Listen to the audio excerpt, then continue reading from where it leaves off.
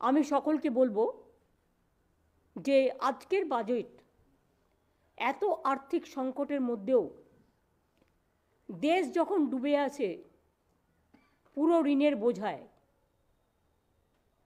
দেশে যেখানে দ্রব্যমূল্য বৃদ্ধি, এমনকি খাদ্য মেডিসিনে কেন্দ্রীয় সরকারের অপদার্থতার ফলে 10%-এর বেশি বেড়ে গেছে, সেক্ষেত্রে বাংলার মামাটি মানুষের সরকার তারা দেখিয়ে দিয়েছে কি করে এগিয়ে যেতে হয়, কি করে কাজ করতে হয়, কি করে মানুষের কথা ভাবতে হয়, কি করে বলতে হয়।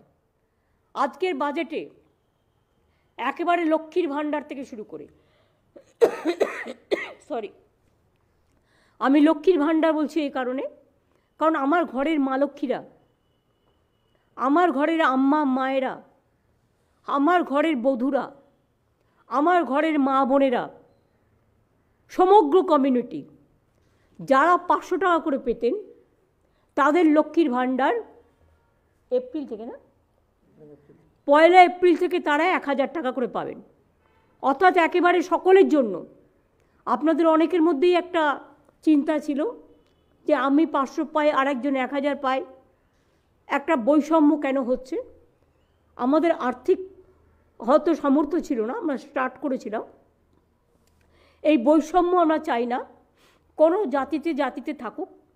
আমি জনজাতি এবং তপশিলীদের জন্য 1000 টাকার পরিবর্তে যেমন 1200 টাকা করেছি, তেমনি মনে রাখবেন যে আমি আমাদের মা বোনেরা, হিন্দু বলুন, মুসলমান বলুন, শিখ বলুন, খ্রিস্টান বলুন, ওবিসি বলুন, প্রত্যেকেরাই যারা 500 টাকা পেতেন 1 এপ্রিল থেকে তাদের 500 টাকা বেড়ে যাচ্ছে, তারা 1000 টাকা করে সকলে পাবেন। আর তপশিলি এবং আদিবাসী ভাই বোনেরা, মানে বোনেরা, মায়েরা, তারা 1000 পেতেন, তাদেরটা 1200 করা হলো। আপনারা জানেন এই বাজেটে মৎস্যজীবীদের জন্য যখন 2 মাস তারা সমুদ্রে যেতে পারেন না, তাদের ঘরে বসে থাকতে হয়, কারণ সেই সময় সমুদ্র খুব ভরাডুবি থাকে, ভরা কোটাল থাকে, তাদের খুব কষ্ট হয়। আমাদের এরকম 3 লক্ষ মৎস্যজীবী আছেন যারা অলরেডি রেজিস্টার্ড আছেন। ওই 2 মাসের জন্য আমরা প্রত্যেক মৎস্যজীবী পরিবারকে 5000 টাকা করে 2 মাস দেব। এই প্রজেক্টের নাম হচ্ছে সমুদ্র সাথী প্রজেক্ট, এটা আমরা অ্যানাউন্স করেছি। আমরা 21 লক্ষ যে 100 দিনের কাজ যারা করেছিলেন, যারা মাইনে পাননি, আমরা ক্ষতিপূরণ বলছি না, এটা মানুষের অধিকার বলছি। তারা মাইনেটা পাননি, কাজ করার যে মাইনেটা, সেই মাইনে বাবদ যে টাকাটা হয়, সেই টাকাটা আমরা তাদের 21 ফেব্রুয়ারি থেকে তাদের ব্যাংক ড্রাফটের মাধ্যমে আমরা দিয়ে দেবো, ডিবিটির মাধ্যমে। এছাড়াও মনে রাখবেন, মৎস্যজীবীদের পরিবারেও যদি কেউ মারা যায়, তাঁতশিল্পী পরিবারে যদি কেউ মারা যায়, খাদি পরিবারে যদি কেউ মারা যায়, তাদের একগুচ্ছ উন্নয়নের পরিকল্পনা নিয়েছে, যেটা আমার ফাইন্যান্স মিনিস্টার বাজেটে ডিটেলস বলেছেন। অনেক কিছু করা হয়েছে তাঁত শিল্পীদের জন্য, তাঁত সাথীদের জন্য, খাদির জন্য, কৃষিজীবীদের জন্য, শ্রমজীবীদের জন্য। তা সত্ত্বেও তাদের পরিবারে কেউ যদি মারা যায়, তাদেরও 2 লক্ষ টাকা করে এককালীন তারা পাবেন।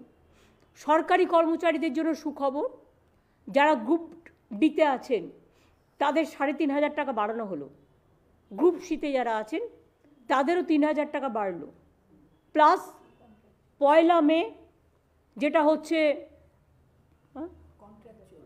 কন্ট্রাকচুয়ালে গ্রুপ ডিতে যারা ছিলেন।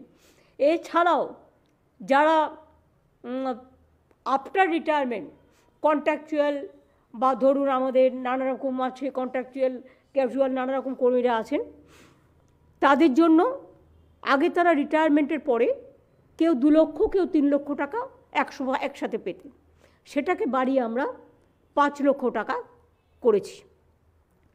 আমাদের civic police, green police, village police, তাদেরও 1000 টাকা করে মাইনে বাড়ানো হয়েছে।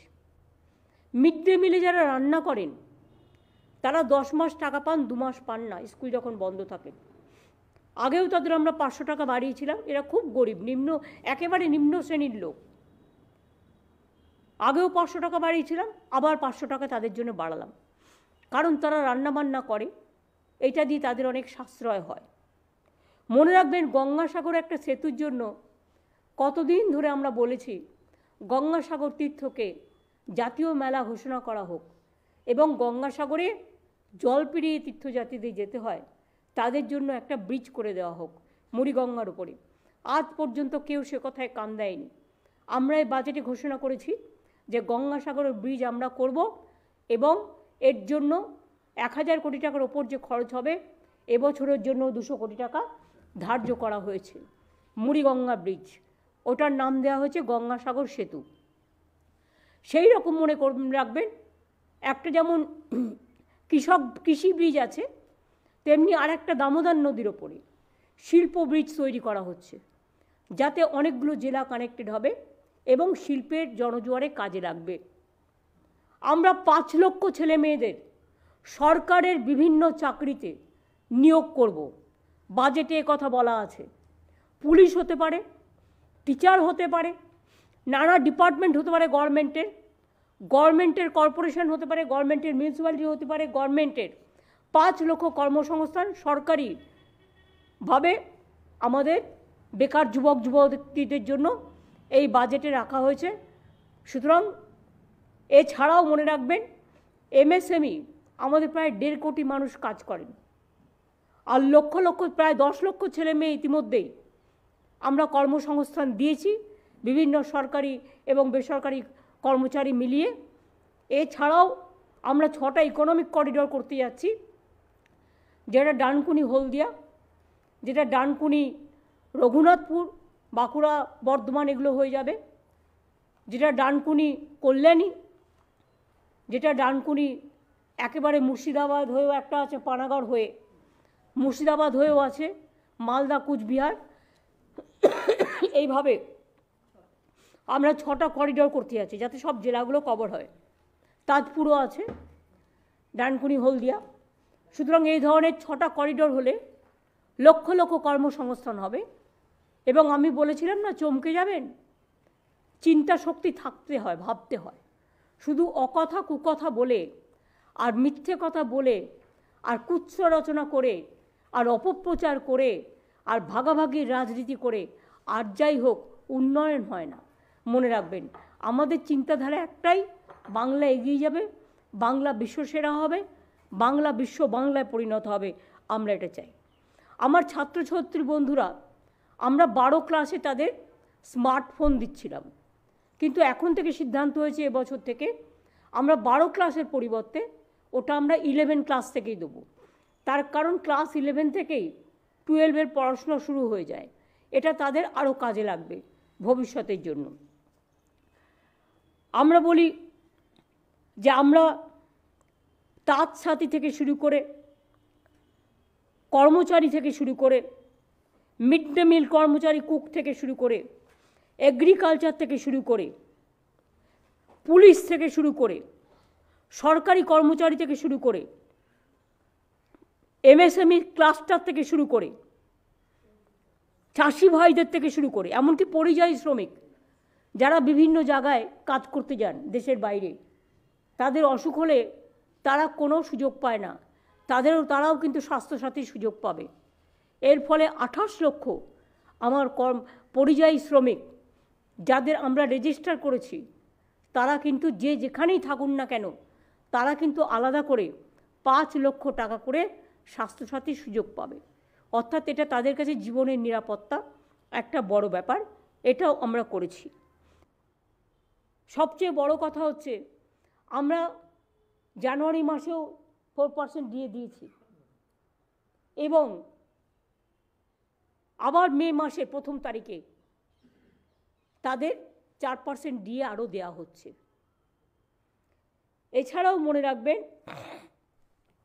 শস্য বিমার আওতায় আমরা কৃষক যোজনায় প্রায় 98 লক্ষ কৃষককে 2800 কোটি টাকা এখনও পর্যন্ত দিয়েছি এছাড়াও ডিসেম্বর মাসের ক্ষতিগ্রস্ত কৃষকদের 11 লক্ষ চাষি ভাইকে 102 কোটি টাকা আরও দেওয়া হচ্ছে। আমি এইভাবেই প্রচুর পরিকল্পনা আমাদের আছে এবং আমরা প্রচুর কাজ করছি। 100 দিনের কাজ কেন্দ্রীয় সরকার বন্ধ করে দিলেও আমরা কিন্তু গত বছর আমাদের বিভিন্ন ডিপার্টমেন্টের সহযোগিতায় 43 দিনের কাজ কিন্তু আমরা অলরেডি জব কার্ড হোল্ডারদের দিয়েছি এবং আজকেই বাজেটে ঘোষণা করা হয়েছে যে আমরা নতুন করে একটা কর্মশ্রী প্রকল্প চালু করছি। তাতে মিনিমাম আগে 100 দিনের কাজেও গড় অ্যাভারেজে 35 থেকে 40 দিনের কাজ হতো। আমরা ইতিমধ্যেই কেন্দ্রীয় সরকার ছাড়াই যদি 43 দিন করতে পারি তাহলে আমি কেন 50 দিনের কাজের গ্যারেন্টি নেব না?